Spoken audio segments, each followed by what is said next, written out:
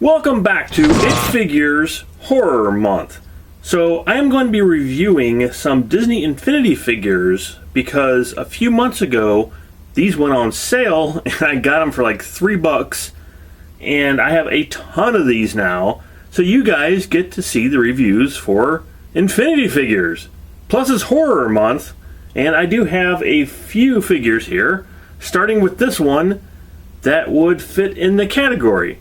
And this is, of course, Jack Skellington from the now famous Nightmare Before Christmas.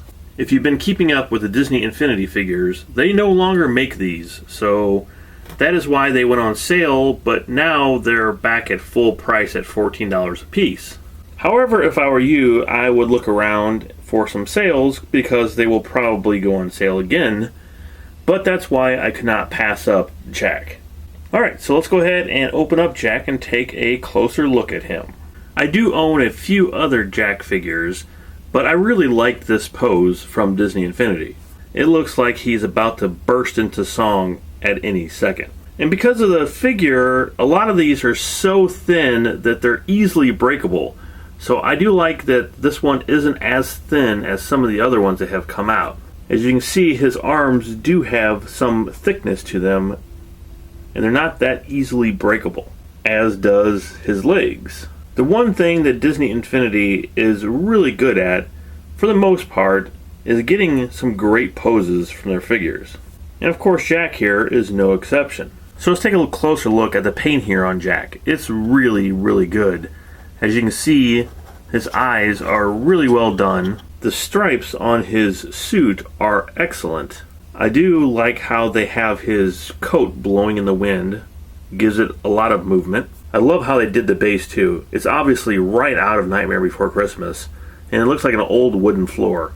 And again, like his arms and his legs, his fingers are very thick, so you don't have to worry about breakage here. Just take a look at his bat bow tie that he has on. His head isn't perfectly round, but that's okay. So everything here is great. I don't have any complaints whatsoever from this figure. It's really dead on Jack Skellington. And like all Infinity figures, there is zero articulation here. But that's because these are nothing but just mini little statues. So in all, Jack is a really decent figure. And truthfully, there isn't a whole lot to review with him because the paint's great, the pose is great, and it's just an overall really good figure. So let's bring up the old Figometer and see how Jack stacks up.